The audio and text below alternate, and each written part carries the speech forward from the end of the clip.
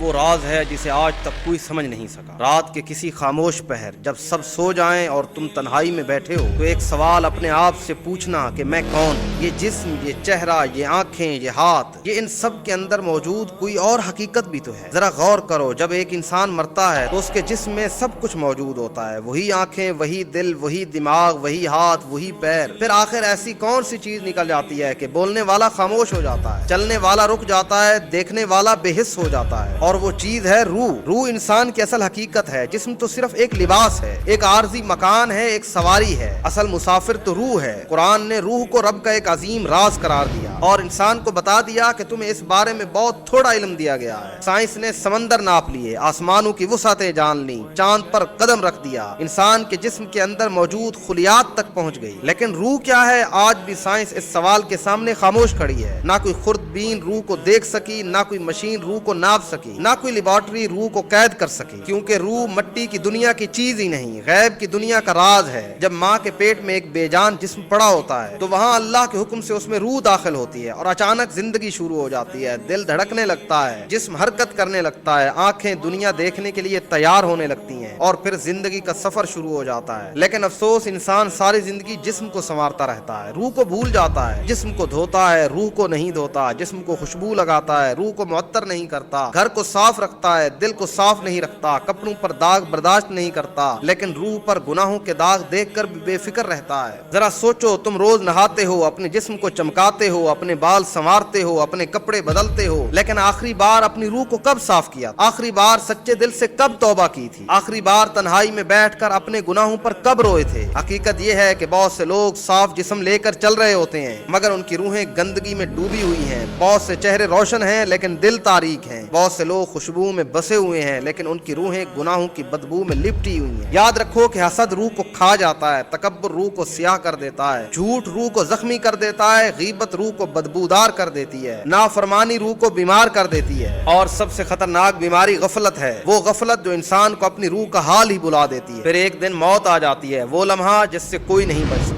اس وقت فرشتے آتے ہیں اور روح کو جسم سے الگ کر دیتے ہیں۔ اس لمحے ساری دولت ختم، ساری طاقت ختم، ساری شہرت ختم، صرف روح باقی اور اس کے اعمال باقی۔ لوگ جسم کے پاس کھڑے ہوتے ہیں، رو رہے ہوتے ہیں، لیکن روح ایک نئے سفر پر نکل چکی ہوتی ہے، عالم برزخ کی طرف۔ وہاں نہ بینک بیلنس کام آتا ہے، نہ عہدہ، نہ شہرت، وہاں صرف اعمال ساتھ جاتے ہیں۔ تو ذرا غور کرو اور سوچو کہ اگر آج تمہاری روح تمہارے سامنے لا کھڑی کی جائے تو کیا تم اسے دیکھنا پسند کرو گے؟ کیا وہ روشن ہوگی؟ کیا وہ اللہ سے ملنے کے لیے تیار اور بےتاب ہوگی، یا پھر وہ خوف سے کانپ رہی ہوگی کیونکہ اس نے ساری زندگی گناہوں کے علاوہ کچھ کیا ہی نہیں ہے؟